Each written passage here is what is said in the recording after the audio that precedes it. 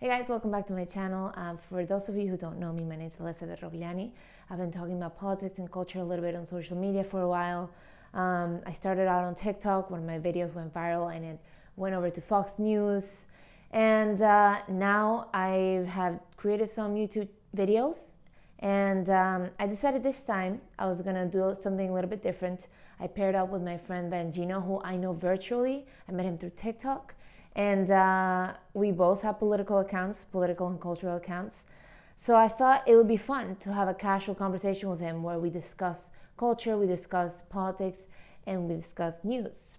So today, that's the format that I have for you, and I hope you enjoy it. Let me know what you think on the comments, and let me know if you want me to do this more often. All right? I mean, God, so many things happened this weekend. First of all, how are you? It's nice to see your I'm face good. again. Thank you. Nice to see you. Nice to see you too. Are you still on TikTok? I sure am. I actually had to make a whole new page because they shadow banned my other one. Oh, really? Oh How yeah. many people have you gotten on there? So my first one, the blue collar Ben one, the conspiracy theory one, I Hmm. got to 100,000 followers, but then I'm just shadow banned. Wow. Like nobody ever sees my videos anymore.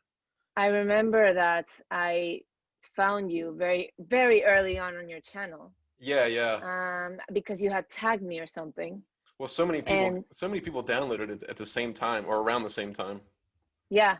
And then I had made a few videos. You tagged me on it. You basically like had maybe two political videos there. And then you started making more, and then you started growing your channel, and I stopped making my videos.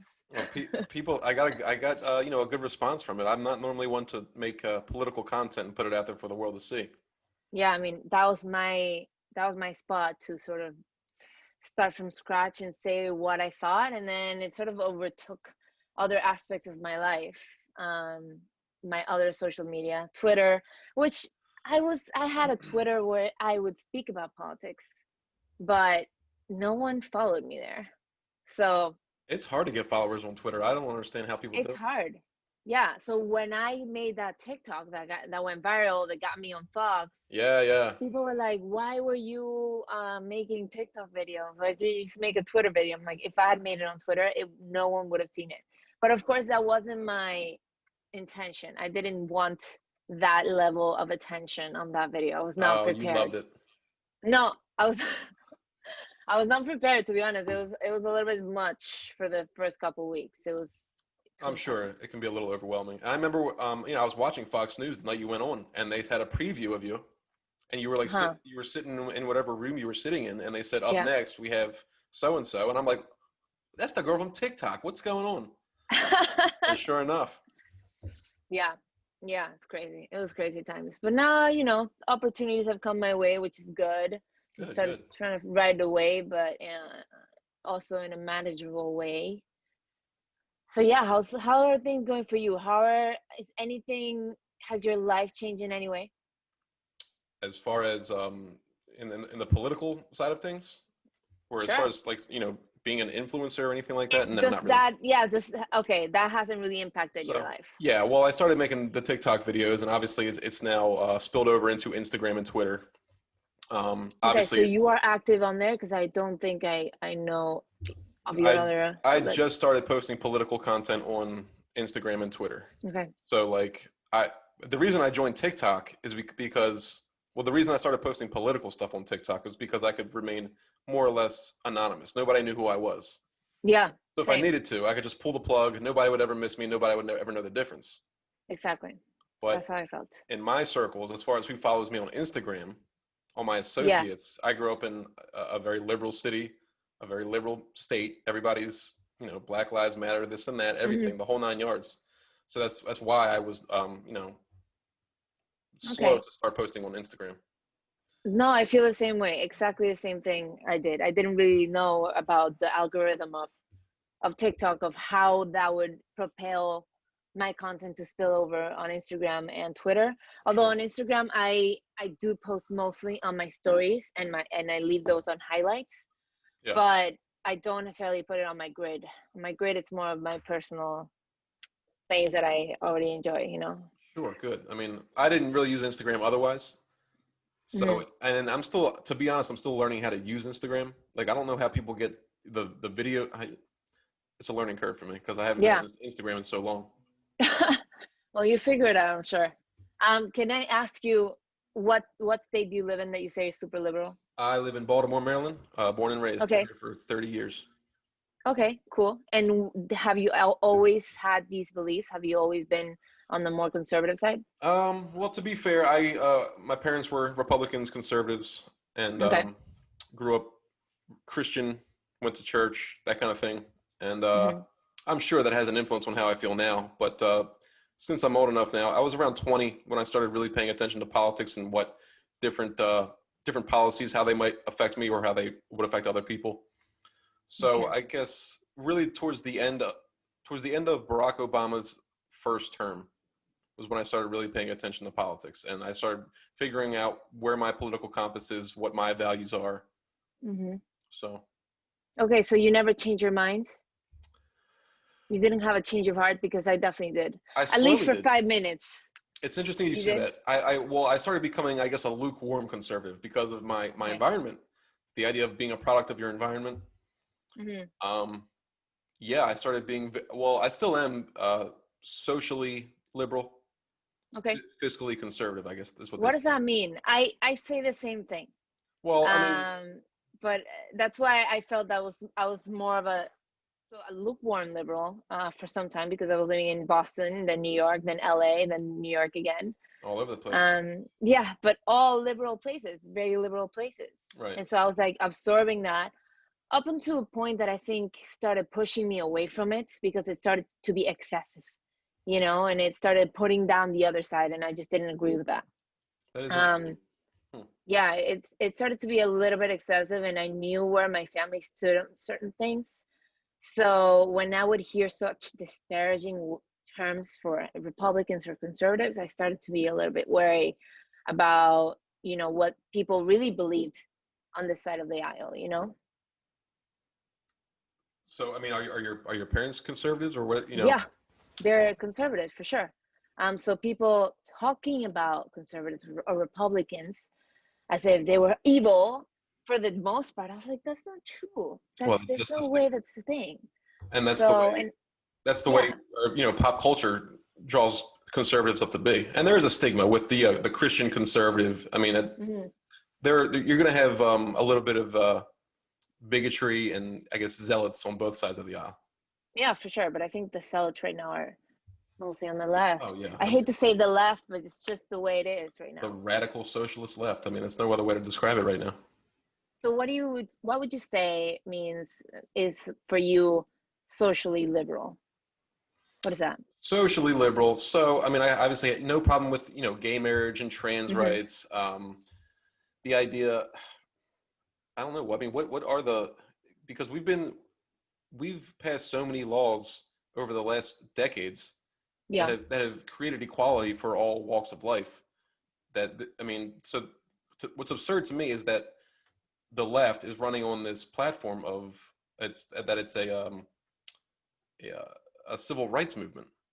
Hmm. It's like, I mean, to my knowledge, we've passed every civil rights law we've needed to. What other laws do we need to pass? I think when people get to a point that there's nothing else they can do, they start having an internal conflict, because people need to feel fulfilled, and they need to have a thing that they want to change. They start getting a little bit too comfortable.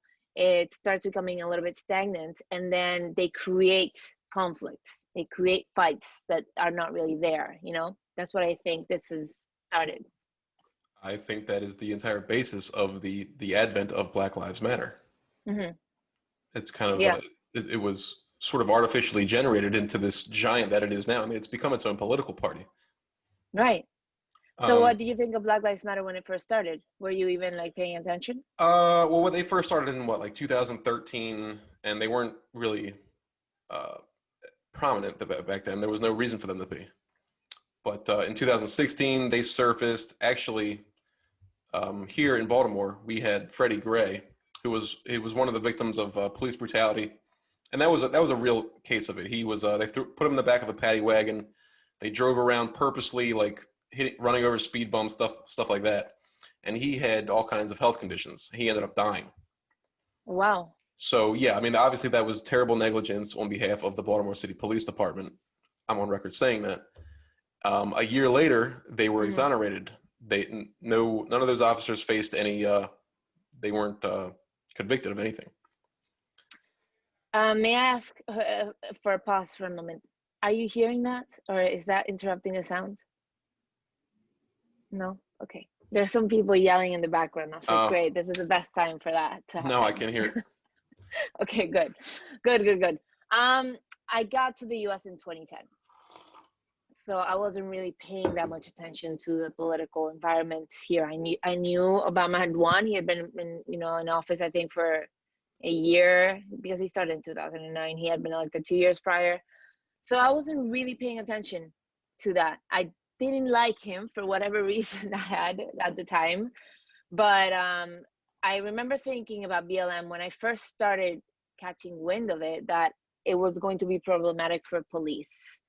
Um, I wasn't sure what their struggles were. I wasn't sure if they were right in what they were saying, but my only thought was they keep disparaging the police. It's gonna actually cause trouble in the sense of maybe crime will go up because less people will want to join the police. That was my only thought back then, but I didn't necessarily think BLM was malicious or had any bad intent. I just thought they were going about things the wrong way.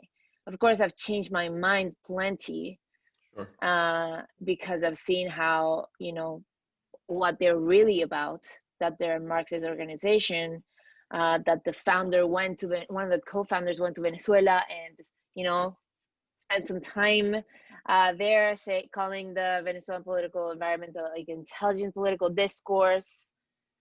And yeah, so I saw that friendship between those people, and I thought, how does this make sense? The Venezuelan police state is actually horrible to its citizens that protest.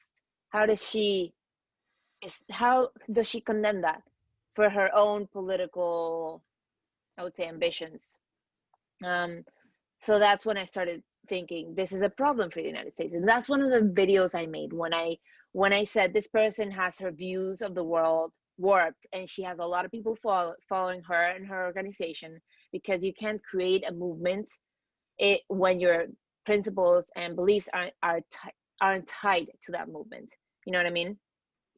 Well, I mean, you bring up a very good point as far as the relationships with the government, or whatever you want to call it, that was in power at the time in Yeah, Venezuela. So, it's still in power. and I think that's something that everybody seems to turn a blind eye to, on the left at Hmm. least. And like all these people out in the streets, they know that BLM is a Marxist organization, that these three leaders are Yeah. self-proclaimed Marxists.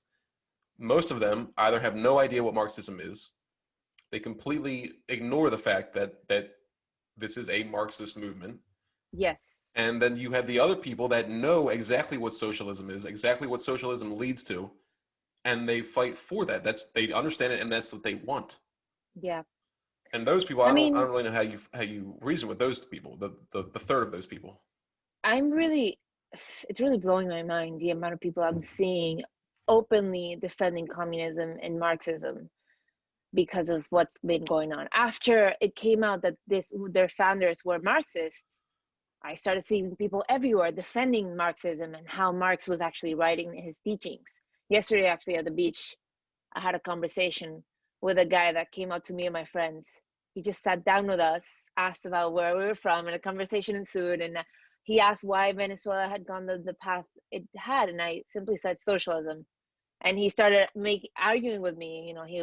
He started talking about the myth of Swedish socialism, basically saying that Sweden was socialist. I, of course, corrected him and set him straight, but then he changed his attention to China, saying how China was a great country and it was a communist country. And I just couldn't He believe my said ears. communist China was a great country. Yes, he said it's a great country. And I was like, these people are in this country voting, you know? Well, that And I just, maybe at that point he might have just been messing with you, but no, he was very emotionally involved in the conversation. And since I shut him down and I said, I'm not going to be on the beach with my friends arguing with a stranger that's defending socialism to be. And we're in Florida. I was like, you can go around and you're going to find a lot of Cubans to talk to you about socialism and communism. Well, yeah. Try to defend your position to them. Eventually slinked away.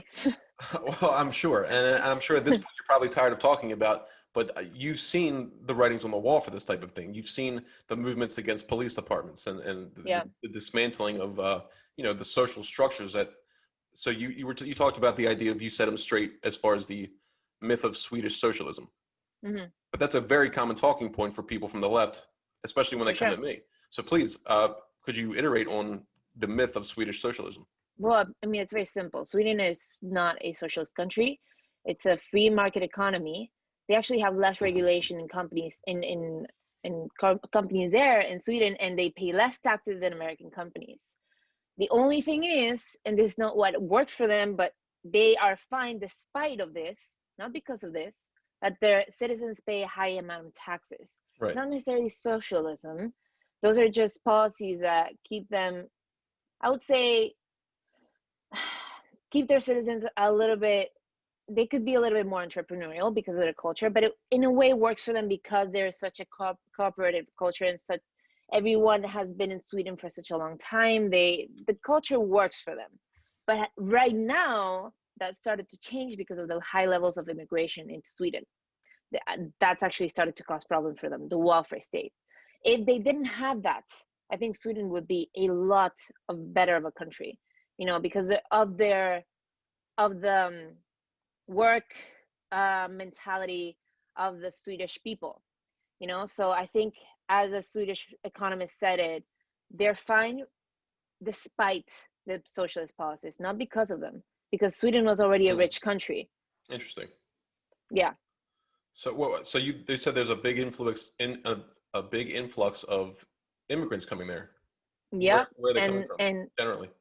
Mostly refugees, mostly Middle Eastern countries. Yeah. Okay. Yeah. So I just saw a piece on the English attitude towards all these Muslim refugees that are coming there now, and apparently the English are finally starting to put their foot down.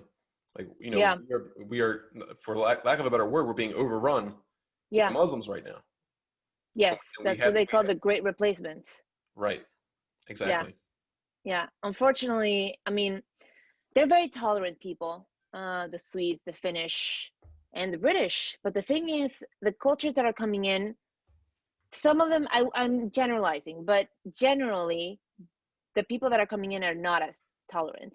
So they're having and more crimes, for example, in the Netherlands and Sweden, people are being raped, like women are being raped more, and usually by immigrant men. I'm not saying all of them, but this is just how it is. Yeah, there are designated like rape zones, like whole neighborhoods where they tell people to stay away from, because if you're a young woman walking through there, you are likely to be raped. Exactly. That's absurd. And they're having more children. So the culture is being replaced by what's coming in. And the Swedes water down their own culture because they want to be welcoming to whoever's coming in. Instead of, they try to have a joining, like, you water down your culture and I'll water down mine, so we assimilate in the middle.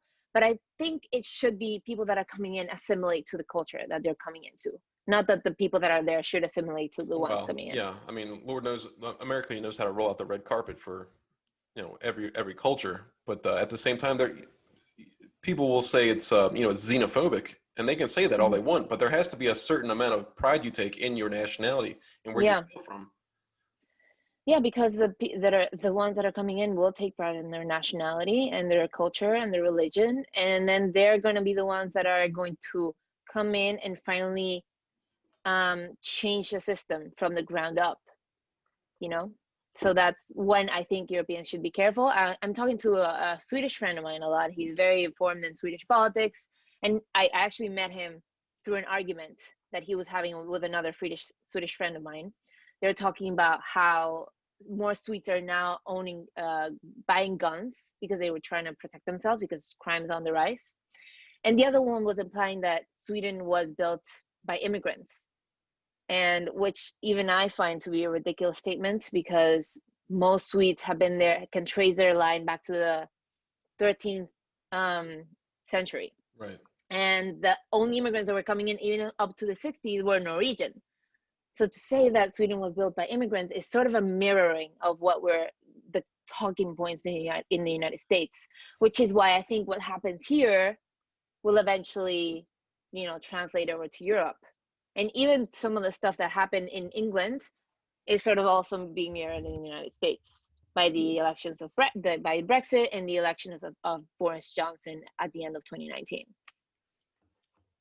I think that a lot of world leaders are counting on I guess counting on American patriots to make sure that America doesn't collapse. A lot of people that are paying attention, because the media abroad is also very, very liberal. And so people that are sort of passively listening without going out and looking for their own information and facts, then they just think Americans are crazy. How could they elect this person? Well, which is something I thought for 5 minutes, but yeah, I changed my mind obviously on that.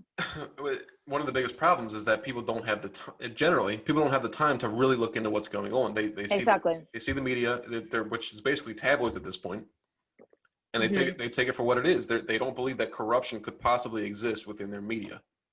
Yeah, exactly. I think it's because people, yeah, you're right. People are doing their own thing, and they're informing themselves whenever they can, and most of it is mainstream media, unfortunately, and so they're getting the wrong information. But I think a lot of people are waking up, and that's, I think, thanks to YouTube and social media, etc., and just conversations between friends. And in some way, this double-edged sword that is social media is helping the information flow more freely. Absolutely. And yeah, so back to something like TikTok, where you're not limited to just who follows you, or who your friends are. If you put a video out there and it's a real banger, you could have millions of people seeing it, and that word got out to millions of people that otherwise would have never seen it. Exactly. So. What do you think of this? Is something I argue about with my brother quite often, because he's sort of a spiritual guy, and he thinks putting this negative information, is not good for anyone. That the best way to change people's minds is just having one-on-one conversations, but not necessarily through social media. That just putting negative messages on social media will negatively impact you in some way. Do you think there is some truth to that? But do you think that's an advice to be followed, not to post on social media, but to just have conversations with one-on-one on people in private? Well, I mean, I understand the sentiment behind that, and absolutely. And as far as spirituality goes, yeah. Do I want to be somebody that's constantly posting negative things about politics or celebrities on social media? I mean, it's not a good look. I mean, you know that. No. But at the same time, if there aren't people like whoever to put this information out there, it never gets out there, and people never know. I agree. So I believe that the best way to change a person's mind is a one-on-one conversation. Mm-hmm. But when you're talking about hundreds of millions of people voting in 6 weeks, obviously we don't have time for that. Obviously, this is an important year, and if we could plant seeds now, that could maybe accelerate people changing their minds. If there's enough of those happening, If we had seen this coming, if Americans knew that something like Black Lives Matter would surface in early June, and the media would be so wildly corrupt and so biased against the current administration. I mean, we knew that during, I guess, once he won the primary and we were heading into the 2016 election, we saw how the media treated Donald Trump. Yeah, hideous. All the celebrities, all the talking heads on media, they hated him. Yeah. But just 2 years prior, he was a megastar. Everybody loved him. He was in movies. He was on television. People were rapping about him. What did you think of Donald Trump when he first came on the scene of politics? When he first got on the scene, and before we had the primaries, I thought it was a joke.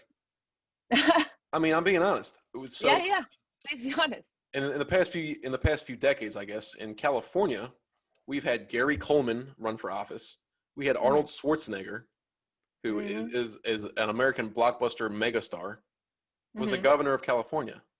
So I thought it was another gimmick just like that. But the night that, I don't know what night it was, but it was a debate on the Republican primary.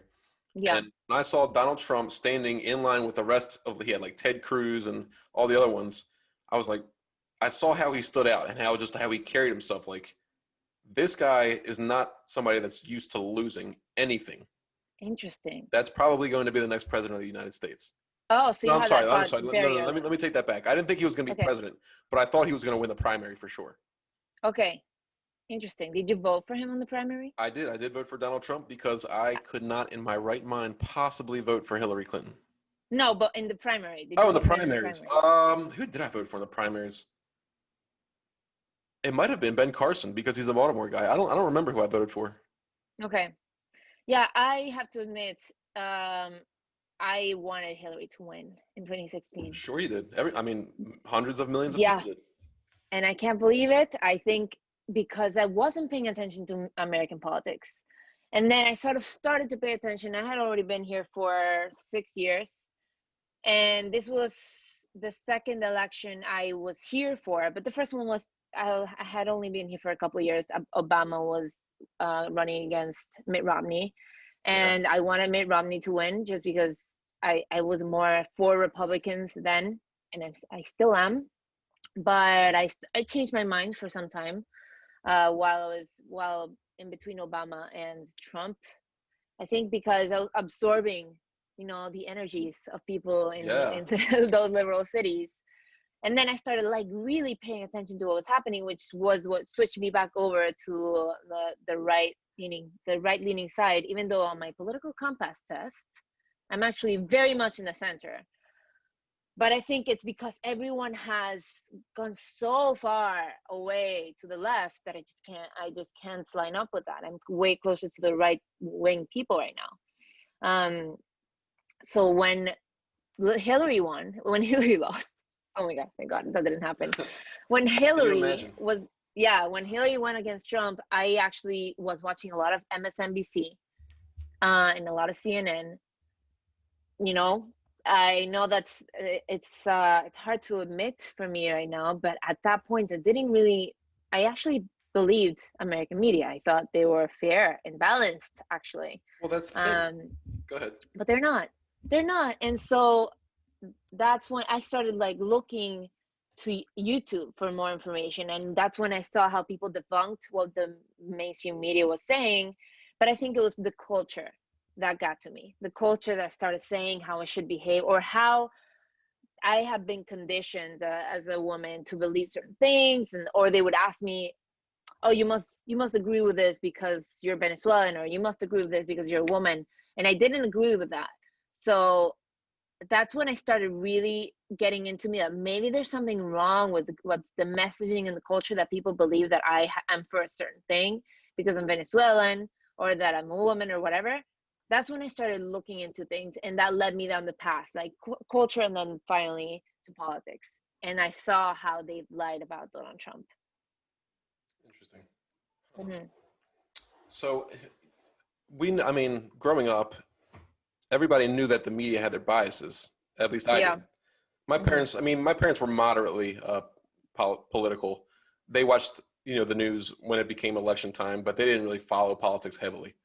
Okay. So, obviously I knew that like Fox News was the Republican channel and CNN was the Democratic channel. And we knew everybody knew that they had their biases, but nobody thought for a split second that they could just outright lie about things like they do now. And we see it all the time. We see it day in and day out.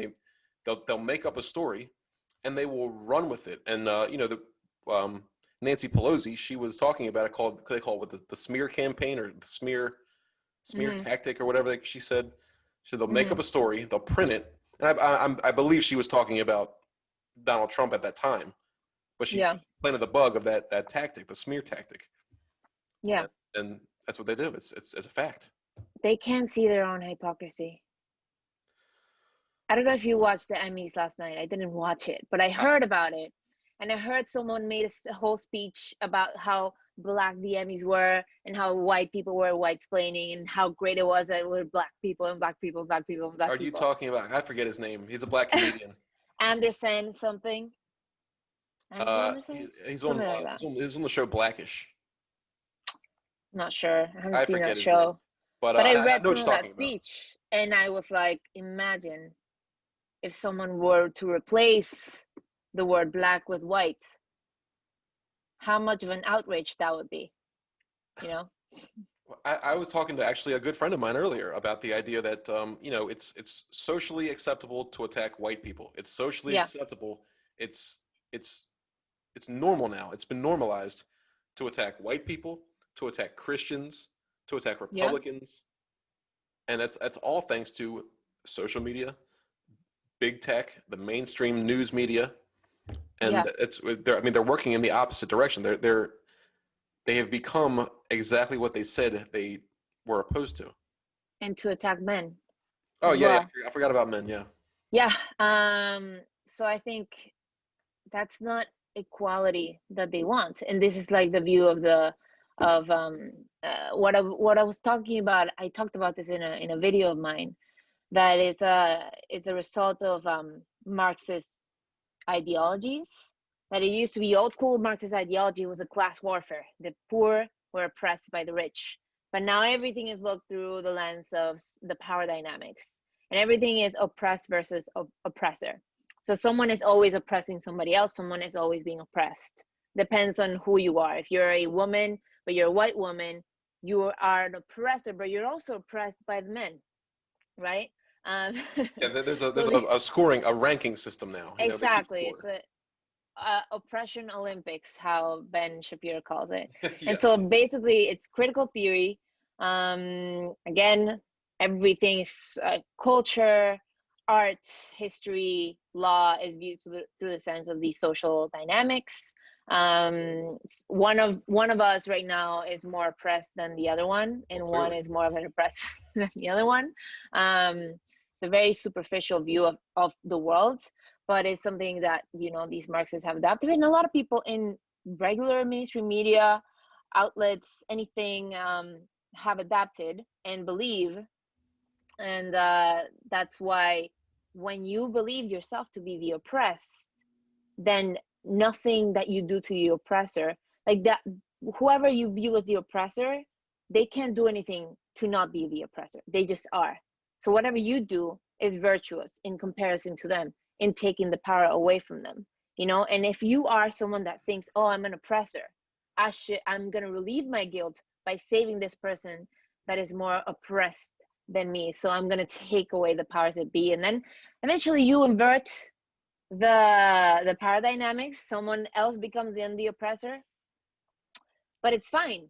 There's actually a book called how to be an anti-racist. I forget the name of Yeah, the, there's do you actually know? there's a lot of those books now, but the one you're Yeah, like now there's a, do you know what I'm talking about? the most famous one I know of is called White Fragility. Okay, but there's another one. Well, by the way, she's a racist, that That's what person. I heard. I haven't looked too far into her, but yeah. Well, I didn't read the book, but apparently she says that she is uncomfortable around Black people.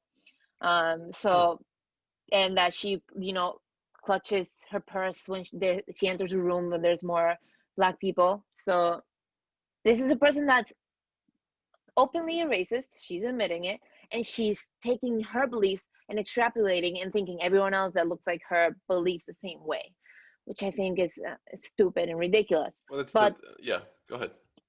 the book How to Be an Anti-Racist, which is what I'm talking about with the present, like oppression versus oppressed, he basically says to fight past discrimination, you have to have present discrimination, and to fight present discrimination, you have to have future discrimination. I'm paraphrasing, by the way, but that's basically how it goes. He's advocating for discrimination now and for discrimination in the future. So basically, always to have a So a discrimination, never-ending cycle of discrimination. never ending cycle. Exactly. What happens what happens when the entire world is gender fluid and we're all a light brown color because we've all culturally mixed? Will we still have Someone is oppression going to then? be oppressed. The tall people, they're I going to forgot be, about or the better looking people. It's always going to be something. You can always go back down, like, well, the more beautiful people, or the taller people, or people that are stronger, they have a better voice than me. So there's always going to be something you can grab onto, Well, you're something that right. has it slightly better than you. It's an argument that you can't win, and because it's an argument that's not designed to have a logical conclusion at the end of it. I mean, Yeah. what do they call it? It's straw manning. Yep. So right now we have the radical Democratic left, the Socialist Party of Democrats, whatever they're calling themselves now.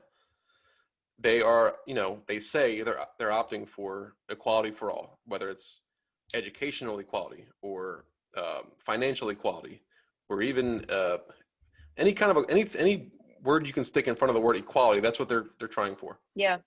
So I always tell people that, like, when it goes back to this idea of socialism, and socialism is the answer for that. First of all, I mean, coming from somebody that grew up in Baltimore City and coming from somebody that grew up in Venezuela, for me at least, I've seen, poverty at its worst as far as America goes. I've seen what democratic policies and social programs can do to a poor populace or a disenfranchised populace, whether they be white or black, or it doesn't matter what color they are. Baltimore every year has one of the worst drug problems, number one in homicides, overall poverty, overall crime. I mean, you name it, the worst school system in the country, just about. And it's been democratic policies here for, I think, almost 60 years. I mean, they keep people depending on the states instead of having people be self-sufficient. They don't want self-sufficient people. They want people to give them the vote. They want to be able to control and manipulate people. That's the problem with socialism and communism and all those progressive policies. Yeah, progressive. The idea of I think they call it being in the system. So once you get into federally subsidized housing, you get, and so Lyndon B. Johnson enacted the all these social policies to promote to basically break down the nuclear family. So like a single mother before that was just shit out of luck. With Lyndon B. Johnson, he started giving money to single family homes. Okay. So that encourages the family structure to break down, because there's no financial risk of it. Exactly. If the father doesn't stick around, it's okay, because now the state will pay me. And a lot of women, they do this on purpose. They will purposely have children to get that check from the state, knowing that there will be some left over after they've provided for all the children, and they'll have spending money at the end of the day. Yeah, I mean, and it is unfortunate that this is true. I actually mentioned this to a friend of mine. He's Black American or African American. I don't know what the political correct term is anymore, but he got very offended when I said this, and he said that I was implying that Black women in the United States have children so they can get a check.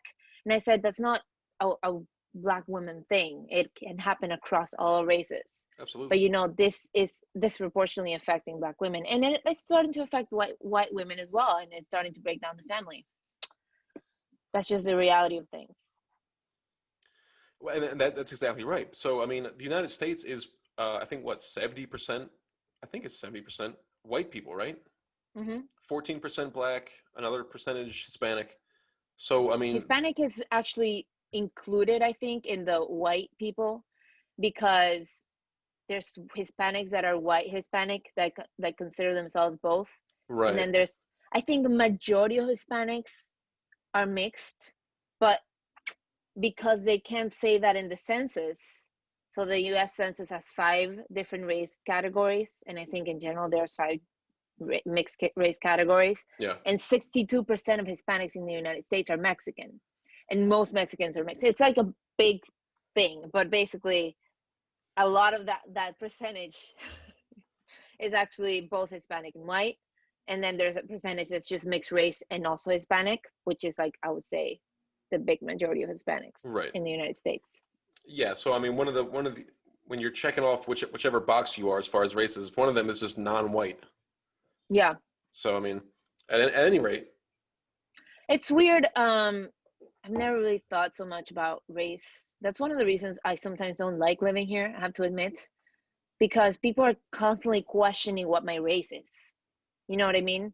So sure. I don't like thinking about this so much. I never had to think about this as much. Well, I lived in Europe for some time as well, and people weren't questioning why my color of the skin is the way it is, what my like why my nose is the way it is, like where is it from, what's my DNA from. I actually took a 23andMe test because I wanted to figure this out.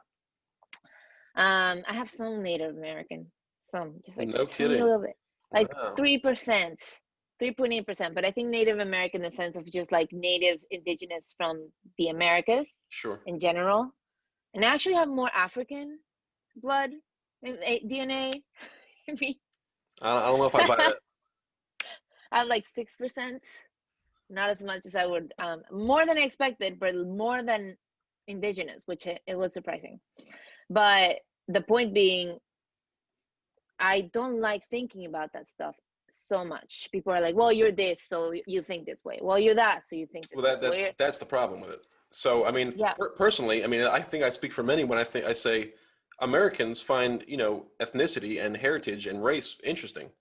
Like, I Mhm. mean, I enjoy if I hear somebody with an accent and I can't tell where it's from, or somebody that looks, you know, exotic, whatever they may be, I want to know where they're from, just out of Yeah, curiosity, just because I think it's cool. Like, hey, wow, cool.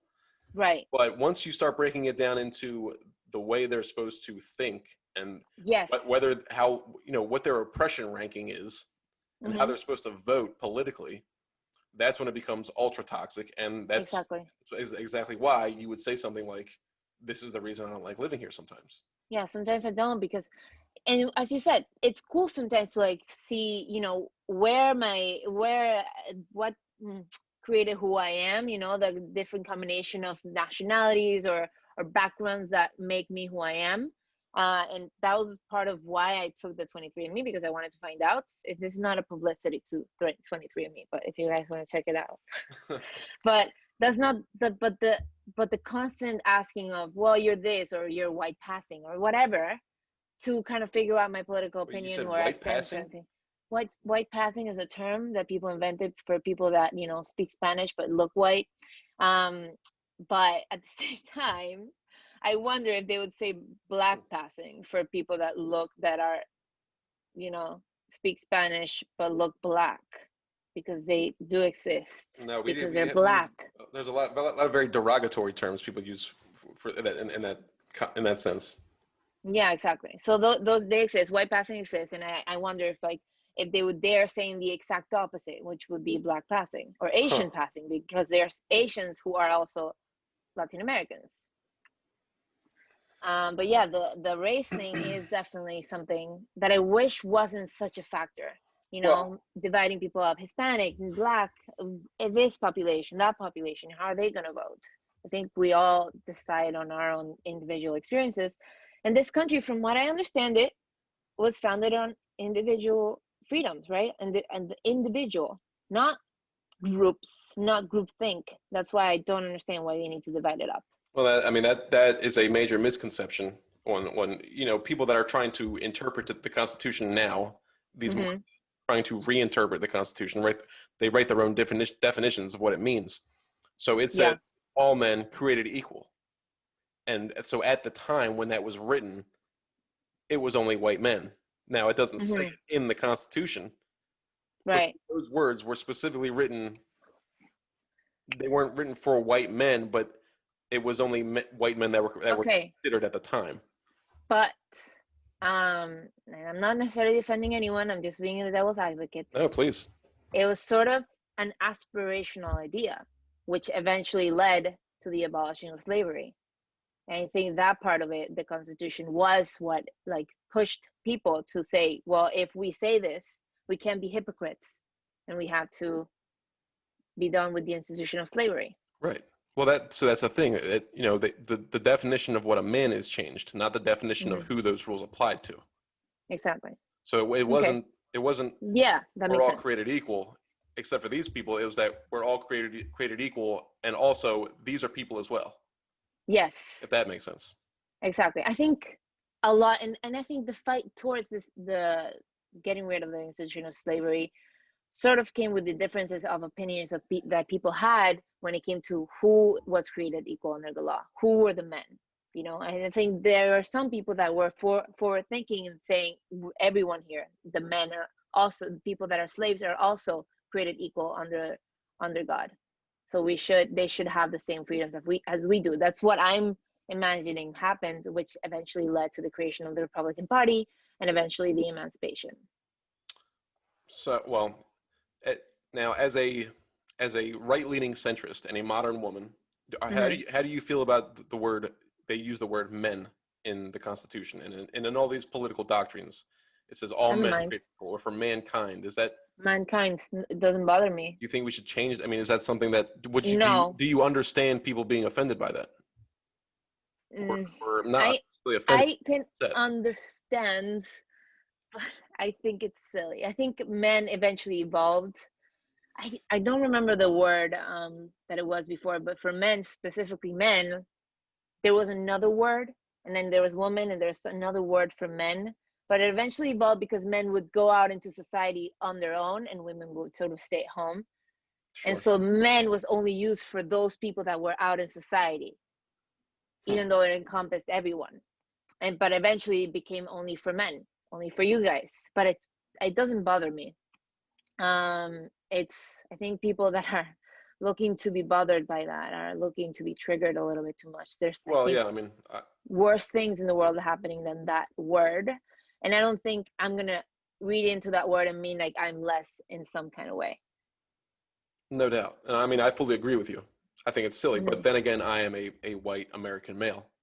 So Yeah. according to the oppression scoring system, I should be rich and famous and But everything are else. you like, yes, but then are you somewhat Asian as well? Is there like some Yeah. Asian So in actually, your I'm glad you background? mentioned that. I've always questioned the legitimacy of those 23andMe tests or the Okay. Ancestry.com ones. Oh, did you Um, did you get one? no, I never did. I've always wanted to. So as far as I know, I'm half Sicilian. Oh, okay, interesting. My mother and her mother were full-blooded. My grandmother was basically right off the boat, Oh, okay. and I, so on my other side of the family, I have I think a little bit of German, English, and I'm actually an eighth Japanese. Okay, Didn't see that coming, did you? interesting. No, I definitely thought there was some Asian Really? there. No kidding. Yeah. I don't know where. I just think maybe the eyes. You should do the 23andMe. I think it'll be interesting. It's fun for sure. It's Yeah, really yeah, fun. I'm sure it is. And people, they're funny. A lot of people get really upset about the results they get because they had no idea. Well, I thought I was gonna be more Middle Eastern, but I'm not, so that was disappointing. Well, you can always retake it and see if it comes back different. Yeah. None, but I think it's pretty good. My entire, like, a lot of people in my family have taken it, and we don't connect to each other. We don't say we're family or anything, but 23andMe automatically connects us just because of the breakdown of our Ah, DNA. no kidding, huh? Yeah, That's interesting. That's very cool. yeah, for sure. And they say exactly who they are. This person must be your uncle because of whatever this and that. Hmm. Yeah. So we can talk a little bit about what happened this past weekend. I think that Phew. a major bomb happened in the political The tides have spec. shifted. I mean, that was world changing. Yes, I actually posted that somewhere on my social media, and people that don't understand it abroad said, "Why is that a big deal?" She was 87. She had cancer. That wasn't meant to happen eventually. But I'm like, it's a very big deal. It's 45 days before the election. Everyone's talking about how the election is going to be contested and is going to go to the Supreme Court, and they're going to have to decide. And then suddenly this happens, and now we might have a possible split in decision if the elections actually go to the Supreme Court. It Earth is a shattering. bomb. Yeah. Major. I mean, it is the biggest thing that could have possibly happened, other than an assassination. Which there was an assassination attempt. Did you hear that? Oh yeah. Yeah. Somebody sent rice into the White House this weekend. I'm sure it's gonna happen. More of those will happen, That might have been a and I publicity really hope they stunt, but that's protect what the them. tabloids say. Maybe. What do But you think is gonna happen? Will they be able to push someone through? at any rate, yes. So Ruth Bader Ginsburg passed away, Hmm. comfortable in her home, as That's from what what I we're talking understand. about. From what, and yeah, And she had cancer. She had been yes. fighting it for a while, and apparently the justices, the other 8 justices knew this, but publicly it wasn't very well known. Okay. At any rate, she dies the other night. I think Saturday evening. I think it was Saturday. And so what's going to happen now is now we have 4 conservative Hmm. justices on the Supreme Court and 4 left-leaning justices on the Supreme Court. Yeah. So now there are all sorts of things that are in jeopardy as far as American civil liberties, depending Hmm. on who you ask.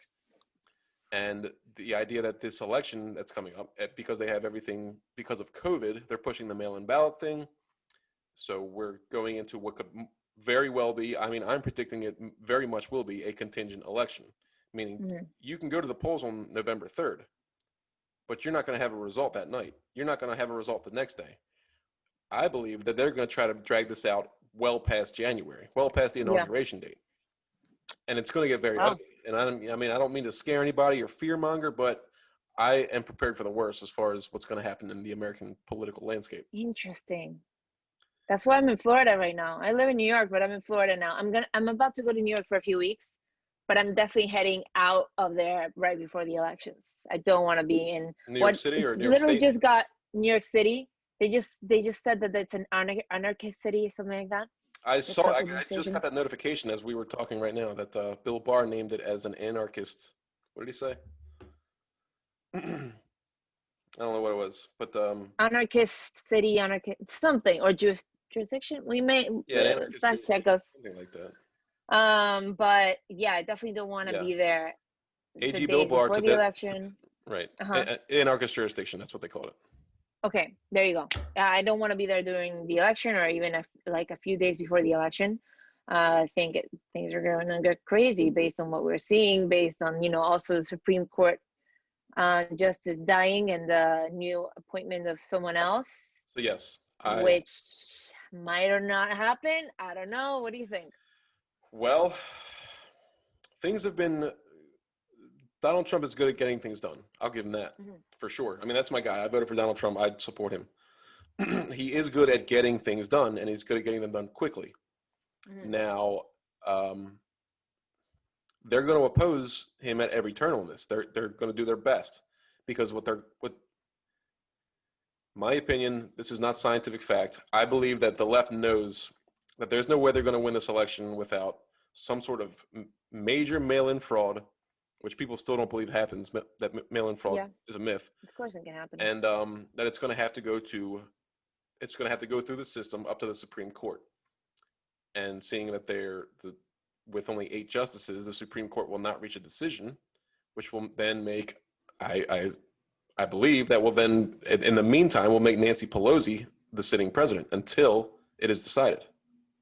I'm not really sure what happens if there's a split decision, or if they don't decide. I'm not really sure, but I don't really want to get to that point. I would much rather Donald Trump be able to, The put only thing, someone in what we can hope before. for is that some major landslide happens, like California goes red, and they're able to call it in the evening, Imagine if or New that were to York. I mean, happen. if That that would be happens, amazing. I mean, an unlikely scenario, but Yeah. we can always hope. What do you think of people saying that the Republicans shouldn't appoint anyone because of what happened in 2016 with Obama trying to appoint a Supreme Court I think it's justice? absurd. I think it's pure propaganda. They're trying to, guilt trip the current Yeah. administration into not making moves that would help the American people. Like, I mean, people don't seem to understand. There's chaos out there right now. I Hmm. mean, my city's been relatively quiet, but people are losing their minds out there. I mean, people are taking Yeah. to the streets. We need law and order. Right. But what do you think of the Senate appointing someone or not appointing someone based on the fact that Mitch McConnell didn't want to appoint anyone in 2016 Right. because it was a presidential year? I actually think I agree with him. The reasons he gave might have not been the best in What were 2016. remind me what the reasons he gave He were. said, basically, from what I understand, in 2016, he said it was an election year, so they were not going to appoint anyone because it was an election year. So he blocked the nomination of Obama. But at the same time, it was a Republican Senate. So Right. Yeah. the Obama nominee wouldn't have been selected anyway because they were voted in for a reason, to elect a Supreme Court justice that reflected more the Senate that was there at the time, the Republican Senate. So that person would have been confirmed, but Mitch McConnell blocked it, saying it's an election year. I'm not gonna do this right now. And so Democrats are now saying, well, it's an election year now, so what you said in 2016 should stand now.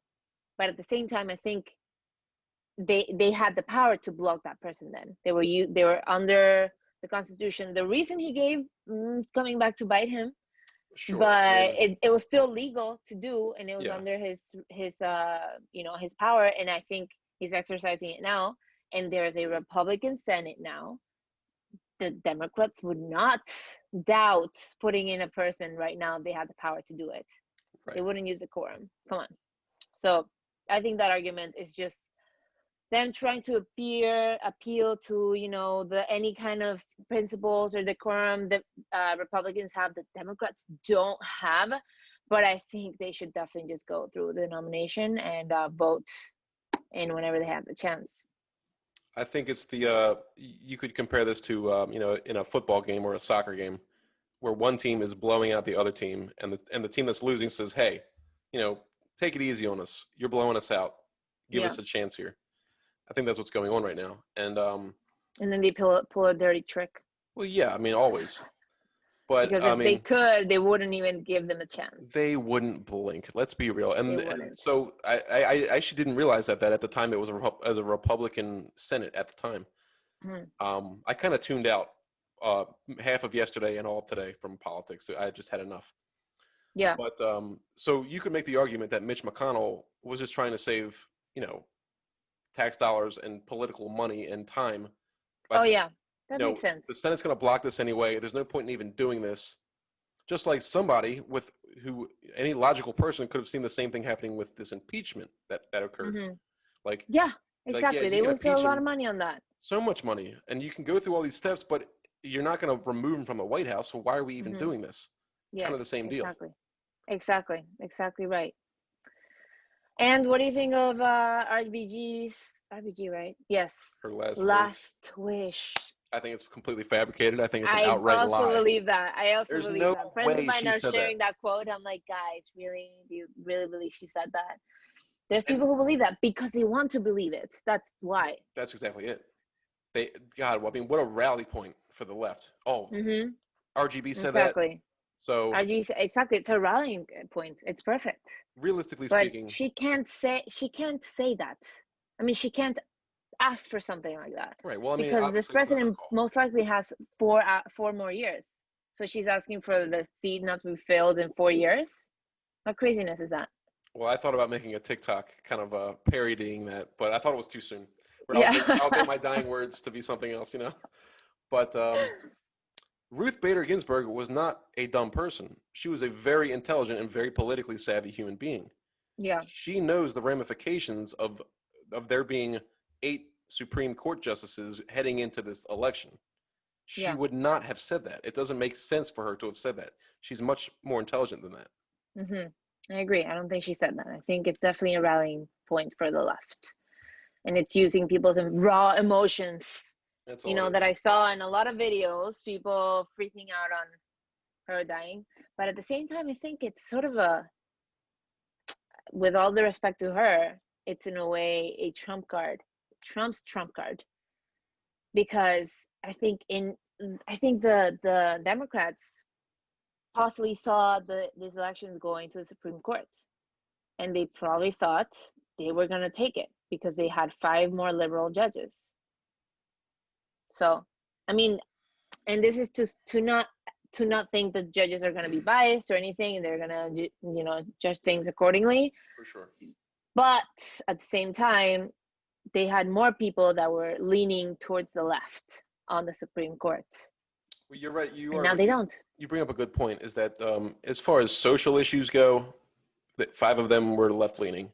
But when it comes to, politics and the, the security of this country, I think you're right that it wouldn't have really mattered who the Supreme Court justices were at the time. Mm-hmm. Because it's not a social issue. This is an issue it's a constitutional issue. Yeah. Which I guess they all are. So, I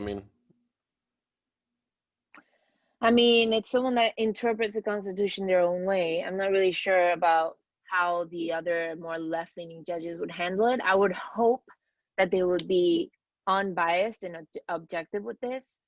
But I think the fact that the Democrats were willing to let it go to the Supreme Court, And now I think they're panicking, especially if Trump is able to appoint someone. I don't think it could help them in any way if that happens, if it goes to the Supreme Court, because the person that he would appoint would be, more more willing to go with the Constitution, a constitutional judge. What do you think about the idea of the 16-year plan? The Obama for 8 years and then Hillary for 8 years. Like none of this was ever supposed to happen. My God, that would have been insane. Well, people are saying that. A lot of people, well, conspiracy theorists, if you will, they say that the intention was for Hillary Clinton to be president right now. Yeah, of course. And they were moving towards a globalist is that a position. Conspiracy theory? I think the plan was for her to win, and she destroyed the plan. She destroyed the plan. For sure, there was like they're more globalists. You're right. They were, I feel, handing over the country to more globalist institutions. There's actually an interesting movie I watched about this. It's called the Trump 2024 film. Little plug in for people. I haven't seen it. I haven't heard of it. Yeah, you should watch it. I'll probably link it, and I'll send you the link when I'm able to. Okay. Yeah. It sort of talks about how there was a plan, and how there is some globalist agenda that the United States will stand against on its own, because that's what it was founded on, being an individual and defending the weak. And that's, in my opinion, that was the main reason that Donald Trump was elected, because he's not this globalist. And people bash him, and they say, oh, he's a nationalist, like it's a bad word. Yeah, I'm like, guys, why would that be a word? Or that he's a populist, as if that was bad. I think populism is only bad when the person pretends to be for the people, but they're not, So populism, the opposite of populism is globalism or elitism. Why would anyone prefer elitism? Elite. Oh, yeah, okay. Elitism. Gotcha. How do you say it? Elitism. Elitism. Like the elites. Elites. Yeah, exactly. So that would be the opposite of populism.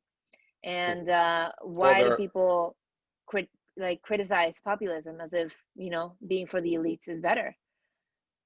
And I think Donald Trump, yes, he's an actual populist president, because he's actually going against the establishment and the political elite. Well, there are so many people that believe, and they will scream at the top of their lungs that he is an elitist, that he's only doing it to better himself. He's only doing it to make his buddies rich, which is just absurd. I think he would have been much better off if he hadn't run for president, in the sense that he would be living much calmer life if he already had it made. What's the point? Exactly. I mean, at this point, that is a conspiracy theory to say that he is an elitist, because there's no evidence that suggests that. Zero. Exactly. And quite an astonishing amount of evidence pointing otherwise. Okay. Yeah, I agree.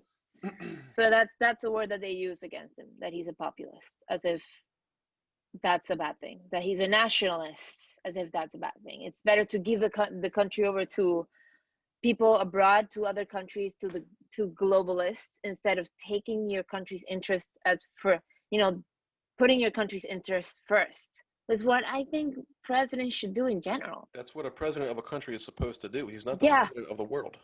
Exactly. So why are people complaining about that? The fact that he was pro-American, America first. Why is this a bad thing? Well, I think you guys have been indoctrinated for a long time. You haven't.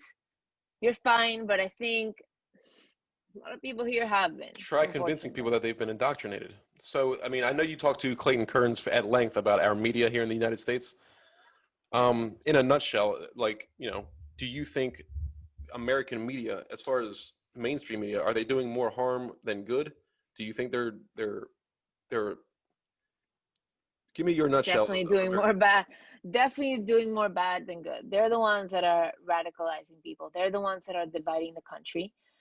And as I said, for some time I was also against Trump, but I didn't hate him.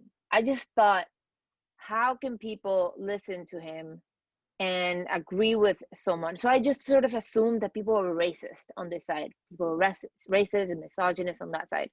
That, again, lasted for 5 minutes. So apologies for my, lapse in judgment there. But I think the media is at fault for this country being so polarized right now, because um, they're telling the audience, everyone else that's over on this side hates you. Everyone else who's on this side is totally fine with the racist. And unfortunately, there aren't enough people willing to question it, or willing to be like, I don't know about that. Let me do my own research. I think people are sort of taking and they're going on with their lives, because people have lives, people have things to do, things to worry about, their families and whatever. And they're not really paying attention to the nuances or the actual facts that are happening, or the actual policies that are being passed. And when people ask, like, what do you think Trump has done? For example, this simple thing, how Trump was nominated twice for the Nobel Peace Prize. And I saw this video about people asking students in college campuses, why do you think that he deserves it? No, all of them said no, but none of them knew what he had done to deserve it. None of them knew why he was nominated. And I think that's a problem. People won't even bother themselves to find out. They have no idea the policies that he's put forth. They have no idea what he has done. They have no idea the laws that have been passed under him. They just sort of hear what the media is telling them and absorbing that information, because media is invested in manipulating and also sensationalizing, because that's what sells. That's what gets clicks, and that's what gets viewers. I think you hit the nail on the head. And for anybody that watches your channel and might not know, the Trump administration brokered peace between Bahrain and Israel, and between the UAE and Israel. And when I say brokered peace, they are now opening all different types of trade. It's a normalization of relationship between these two countries. Commerce. Even though there was there was some sort of talk before then. This Trump helped normalize the relationship between these countries, and I think that's eventually going to ripple off to other Arab countries. That's the idea. So I had a guy, I posted about this on Instagram, I think, and a guy came at me in my comments saying, "Oh, this means nothing. This is bullshit. Both of these countries are about marginalizing everybody that's over there. If they come to a deal with Palestine, then it'll be a big deal. But otherwise, this is just fluff, pure propaganda." But I think the idea is eventually, if this trend continues, you will have an odd man out in the Middle East. Exactly. And money talks. So once they're the odd man out as far as commerce, they can make peace, or they can fail as a nation.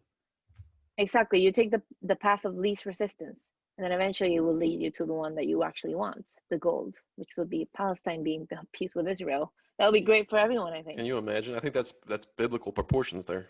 Yeah. Okay.